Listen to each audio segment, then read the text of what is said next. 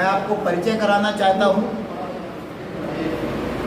अनीता चौधरी जी हैं, आप भिंड जिले से हैं और पूर्व में आपके फादर इन लॉ बीएसपी के यहाँ के संस्थापक प्रदेश अध्यक्ष थे, उनकी आप पुत्रवधू हैं। आम आदमी पार्टी में आपने कल ज्वाइन किया है। इसके पहले आप कांग्रेस में पूर्व प्रदेश सचिव यूथ कांग्रेस में थी, उसके पहले कांग्रेस में अन्य जिम्मेदारियों पर थी और प्रदेश की महामंत्री महिला कांग्रेस में थी। तो बड़ा लंबा संघर्ष करके आपने जनता के बीच में अपनी छवि बनाई है। कल आप आम आदमी पार्टी में ज्वाइन हुई हैं। आप लोकसभा की उम्मीदवार भी रही हैं भिंड क्षेत्र से। आज भोपाल में पहली बार आगमन हुआ है पार्टी ज्वाइन करने के बाद, तो हम स्वागत करते हैं दीदी आपका। क्योंकि आप देख रहे हैं कि किस तरह से आम आदमी पार्टी तेजी से बढ़ रही है। लगातार समाज सेवा करने वाले लोग, एनजीओ के माध्यम से सेवा करने वाले लोग, यूथ की आवाज़ उठाने वाले लोग, महिलाओं के लिए काम करने वाले लोग, जो चाहते हैं कि मध्य प्रदेश के अंदर जो लूट की व्यवस्था है इससे छुटकारा मिले, मध्य प्रदेश के अंदर भी दिल्ली और पंजाब की तरह अच्छे काम हो, सरकारें ईमानदारी से काम करें, ऐसे तमाम लोग तेजी से आम आदमी पार्टी की ओर रुख कर रहे हैं, आम आदमी पार्टी ज्वाइन कर रहे हैं। आपने देखा होगा कि अभी कुछ दिन पहले ममता मीना जी ने आम आदमी पार्टी ज्वाइन किया। उसके पहले बहुत सारे लोग भाजपा के, कांग्रेस के, जिनको उनकी परंपरागत पार्टियों में काम करने के लिए मौका नहीं दिया जाता है, जिनको काम करने से रोका जाता है और उनके दिल में, जिनके दिल में जज्बा होता है कि हम जनता की सेवा करें, वो लोग आम आदमी पार्टी को रुख करते हैं। तो अनीता चौधरी जी से आप सभी वाकिफ हैं। मैं सभी से परिचय करा दूं। मेरे बगल में बीएस राजपूत जी हैं, पार्टी के शुरुआती सदस्य हैं, अभी लोकसभा की जिम्मेदारी आप देख रहे हैं। अनीता चौधरी जी, मिनहाज आलम खान जी प्रदेश अध्यक्ष माइनॉरिटी से हैं और कार्यालय, मध्य प्रदेश कार्यालय के प्रभारी हमारे सुमित चौहान जी हैं। तो मैं दीदी को आमंत्रित करूंगा। आपने आज आम आदमी पार्टी ज्वाइन की है, आप सभी के बीच में मैं दीदी से आग्रह करूंगा कि पत्रकार साथियों को संबोधित करें। संबल संभाग में मैं मुरैना जिले से आती हूँ, भिंड में भी रहती हूँ क्योंकि मैं भिंड लोकसभा लड़ चुकी हूँ और ग्वालियर, 3 जिलों में मैं रह के अपनी ये जन सेवा का कार्य करती आ रही हूँ वर्ष 2006 से लगातार। मैंने वर्ष 2006 में मुझे कांग्रेस पार्टी में माननीय दिग्विजय सिंह ने बुला के कांग्रेस पार्टी ज्वाइन कराई थी। तो मतलब मैं दलित एजेंडे के तहत गई थी क्योंकि मैं दलित समाज से हूँ। तो मैंने कहा चलो दलित एजेंडे के तहत काम करेंगे, क्योंकि मेरे ससुर साहब बीएसपी पार्टी के संस्थापक थे मध्य प्रदेश में और उनकी वजह से ही बीएसपी पार्टी पनपी थी। क्योंकि उनके साथ में घटना हो गई, उसके बाद में बीएसपी पार्टी के शीर्ष नेतृत्व ने उनका सहयोग नहीं किया, उनके परिवार का सहयोग नहीं किया।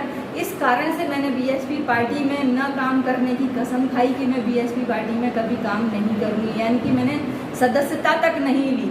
और जो बीएसपी खत्म हुई है चंबल संभाग में, उसका कारण ही यही है कि उसे संभालने वाला कोई नहीं रहा। तो दलित एजेंडे के तहत जब मैं कांग्रेस में गई तो कांग्रेस में भी मैंने सोचा मैं अभी नई आई हूँ, आगे मिलेगा काम, आगे मिलेगा। ऐसे करते करते मैं अपना समाज सेवा काम चंबल दलित चेतना संगठन के द्वारा कर रही थी। इसलिए मेरी कांग्रेस में धक रही थी, क्योंकि मैं तो स्वतंत्र हूँ, मेरे ऊपर परिवार की कोई जिम्मेदारी नहीं है। तो मैं तो काम के लिए 24 घंटे खड़ी हूँ, लेकिन कांग्रेस पार्टी में काम करने वाले लोगों की कदर नहीं है। इसलिए जब आम आदमी पार्टी का मुझे प्लेटफॉर्म दिखाई दिया तब मैंने निर्णय लिया कि यहाँ पे काम की पूजा की जाती है, इसलिए इस पार्टी में जाके मैं अपना काम करूँगी, अपना योगदान दूंगी। और मैं लोकसभा चुनाव भी लड़ चुकी हूँ। मैंने सोचा सपा पार्टी का काम करूँ, लेकिन सपा में भी संगठन कमज़ोर था। मैं बुराई नहीं करना चाहूँगी, उसका संगठन, उसकी रीति नीतियाँ भी मुझे पसंद आई थी, इसीलिए मैं चुनाव भी लड़ी थी। लेकिन वहाँ पे भी सफलता हासिल नहीं मिल पाई जिस तरह से मैं चाहती थी। लेकिन यहाँ पे तो मैंने देखा है कि 2 राज्यों में सरकार बन चुकी है, जोर शोर से काम करने वाले को मौका दिया जाता है, उसकी कदर की जाती है और जनता के हित की योजनाएं लागू की गई हैं। तो काम ही काम है, इसलिए मैंने निर्णय लिया कि मैं आम आदमी पार्टी में रह के अपनी सेवाएं दूँगी।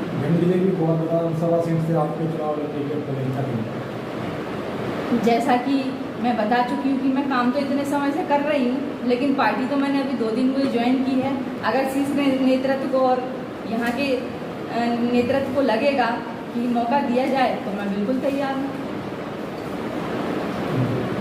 किस तरह के काम है जो वहाँ आप करना चाहते हो भिंड एंड रेदान साइड में? भिंड में देखिए 50% वोट के लिए सभी पार्टियां कहती हैं। अभी फिलहाल में भी आपने देखा होगा कि आदि आबादी के लिए महिला आरक्षण बिल लाया गया है, लेकिन उसे नहीं लागू नहीं किया गया, चूँकि चंबल में महिलाओं की हर वर्ग की स्थिति अच्छी नहीं है। आप पता करिएगा, वैसे तो आप सभी जानते हैं, लेकिन मैंने तो संकल्प लिया है, इसलिए मैं संघर्ष करते करते, मुझे इंडिया टुडे ने भी छापा था झांसी की रानी के नाम से। तो मैं चाहती हूँ कि अगर मैं आत्मनिर्भर हूँ तो अपने सभी वर्ग की महिलाएं जिनको ज़रूरत है, वो परेशान होती हैं, बेसहारा होती हैं, तब निर्भर रहती हैं कि हम कहाँ जाएं, किससे मदद लें। क्योंकि महिलाएं परिवार की प्रथम पाठशाला होती है, बच्चे की भी सारी चीज़ें, तो उनको ध्यान में रखते हुए महिलाएं को मजबूत करूँगी, गरीब लोगों को मजबूत करूँगी, ये सारा मैंने संकल्प लिया है। आम आदमी पार्टी जो प्रदेशों में उनकी सरकार है, मध्य प्रदेश में इस बार तीसरे मोर्चे के रूप में बड़ी पार्टी उभर के आई है, क्या आपका योगदान रहेगा प्रदेश में दोबारा से? ऐसा आप सोचती हैं कि प्रदेश में आपकी सरकार आनी चाहिए? मैं ऐसा इसलिए सोचती हूँ कि जो मेरा परिचय है, राजनीतिक परिचय है, मेरे ससुर साहब ने जो अपनी जीवन समय दिया था जनता के हित के लिए, तो उसको भी जोड़ा जाता है मेरे से कि हाँ मैं उनकी बहू हूँ और उनकी राजनीति को लेके मैं सक्रिय और काम कर रही हूँ। तो उनसे जुड़े हुए जो लोग थे सभी वर्गों के, और जो मेरे से जुड़े हुए लोग हैं, उन सभी को अच्छा मतलब समाज सेवक चाहिए, तो वो मेरे साथ जहाँ मैं रहूँगी वहीं कन्वर्ट होंगे ना, वहीं जुड़ेंगे, क्योंकि वो तो चाहते हैं ना कि हमें मदद करने वाला मिले। तो इससे आम आदमी पार्टी में जनता का जुड़ाव काफ़ी हद तक बढ़ेगा मेरे आने से, ये मैं मानती हूँ। क्योंकि जब मैं कांग्रेस में गई थी तब भी बीएसपी के सारे लोग कांग्रेस में आ गए, आज बीएसपी की स्थिति खत्म है, उसका भी श्रेय मुझे दिया जाता है। तो आप कहना चाहेंगे कि बीएसपी के लोग सारे आम आदमी पार्टी में? नहीं, उस समय कांग्रेस में आए, रिकॉर्ड सहित रखा है, आप पता कर सकते हैं। तो अब स्वाभाविक है, जब ऐसा उन्होंने उस समय मेरा साथ दिया था, तो अब भी देंगे कि कांग्रेस को छोड़ के आम आदमी पार्टी में वो अपना रुख देखेंगे, क्योंकि उन्हें नेता चाहिए। दलित समाज में फूल सिंह बरैया जी पुराने लीडर मेरे ससुर साहब के साथ, उसके बाद में कोई दलित नेता चंबल संभाग में क्या मध्य प्रदेश में भी नहीं है।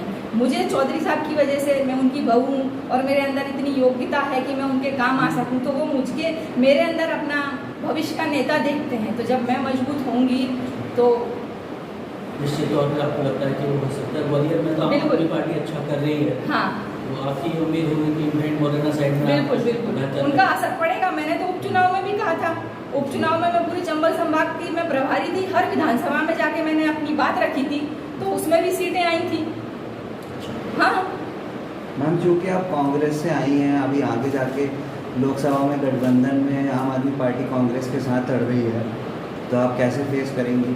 देखिए, अभी मैं नई आई हूँ और ये ना हाई लेवल की बात है, ये हाई लेवल के हमारे लीडर हैं, उन्हीं के ऊपर छोड़िए, आप उन्हीं से सवाल जवाब करिएगा, इसी से मैं कुछ नहीं कहना चाहूँगी। जी नमस्कार, आप देख रहे हैं न्यूज़ टुडे, मैं जोगी सिंह इंदुरकिया। आज अनीता चौधरी जी कांग्रेस छोड़कर उन्होंने आम आदमी पार्टी का दामन थामा है, तो क्या सोचकर थामा है, आज हम उनसे बात करते हैं। जी मैम, आज आम आदमी पार्टी में आई, कांग्रेस आपने क्यों छोड़ी? कांग्रेस को हम जैसे कार्यकर्ताओं की आवश्यकता नहीं है, इसलिए मैंने कांग्रेस पार्टी छोड़ी। तो आप बीजेपी में क्यों नहीं गई? बीजेपी को सरकार में बीजेपी की रीति नीतियाँ हमारे समाज के जनहित के ध्यान में रखते हुए नहीं है, तो मुझे तो अपने लोगों का हित देखना है, उस कारण से मैंने बीजेपी पार्टी में कभी काम करने की इच्छा नहीं जताई। आपकी आम आदमी पार्टी में आने की इच्छा क्यों बनी? क्योंकि मैं खुद आम हूँ। आप आम हैं? हाँ। अच्छा, तो आप जो दिल्ली गई थी तो आप केजरीवाल जी से मिली थी क्या?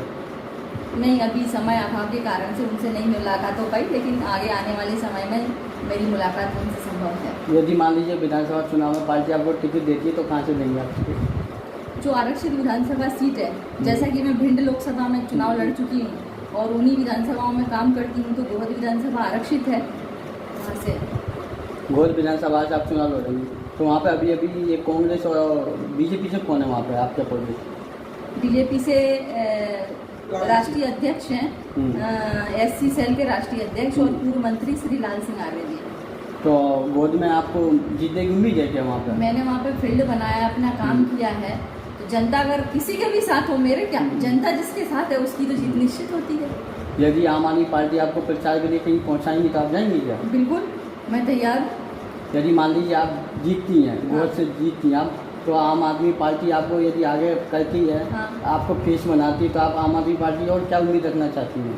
आम आदमी पार्टी की रीति नीतियों को और अधिक मजबूती से रूप दिया जाए, जो कि हमारी पार्टी के नीतियां बनी हैं। अगर मुझे कोई सुधार की कमी दिखाई देगी कि मेरी तरफ से ये कमी नज़र आ रही है, इसको और अच्छे से बढ़ाया जाए, बनाया जाए, तो मैं उसमें अपना सुझाव दूंगी, क्योंकि सुझाव तो मुझे बहुत ज़्यादा आते हैं ध्यान में रखते हुए।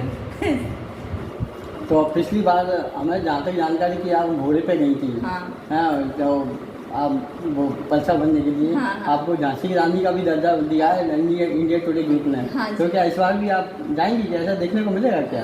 देखिए, कर सकते हैं कि घोड़े पे तो नहीं, लेकिन हमारा पार्टी का जो निशान है उसको लेके कुछ अलग करेंगे। यदि आप विधानसभा जीतती हैं वोट से, तो आपको क्या लगता है कि पहली प्राथमिकता क्या है वहाँ पर, मतलब काम करने की क्या सुधार लाना चाहिए? रोड, बिजली, पानी, ये फर्स्ट आवश्यकता है, क्योंकि वहाँ की हालत खराब है। प्लस महिलाएं, बच्चे, स्वास्थ्य, महिलाओं के ऊपर इतना अधिक अपराध हो रहा है, उनकी कोई सुनवाई करने वाला नहीं है। अरे जो गरीब महिलाएं, उनके लिए राशन कार्ड नहीं है, अनाज नहीं है, बिजली नहीं है, पानी नहीं है, तो इन चीज़ों की पूर्ति कौन करेगा? वो पुरुषों के पास, जब पुरुष की नहीं सुनते विधायक, तो महिलाओं की कहाँ से सुन लेंगे? बल्कि उनको लताड़ दिया जाता है, उनका शोषण किया जाता है, वो घर में से भी नहीं निकलने दिया जाता है। अगर मैं उनके सामने रहूँगी तो उनको हिम्मत रहेगी कि भाई हमारी प्रतिनिधि है वो महिला है, तो खुल के आएंगी और उनका काम होगा।